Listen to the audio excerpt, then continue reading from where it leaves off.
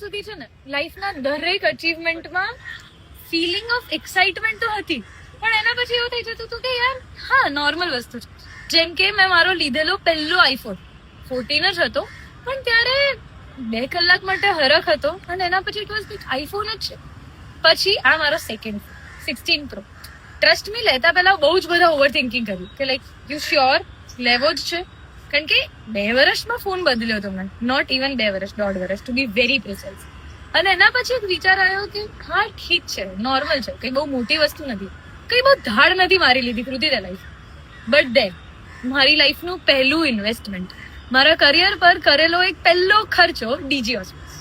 અને ત્યારે એક વિચાર આવ્યો કે યાર 16 વર્ષની એક કૃતિ છે ને આખી રાત એ કશ્મકશમાં વિચારી હતી કે મારા સપના પૂરા થશે, હું સાચે કંઈ કરી શકીશ, આ ફિલ્ડ મારા માટે સાચી છે, શું આ ડાયરીના છેલ્લા પત્તેથી પહેલા પત્તે આવવાનો મારો સફર સાચો છે?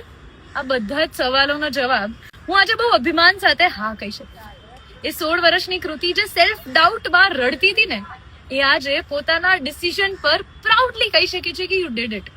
ઓનેસ્ટલી કંઈ જ મોટું નથી. દુનિયામાં બહુ બધા લોકો છે જેમને મારાથી વધારે કંઈક કર્યું છે, પણ મારા માટે આ મારા કરિયરનું પહેલું ઇન્વેસ્ટમેન્ટ બહુ જ ઇમ્પોર્ટન્ટ છે.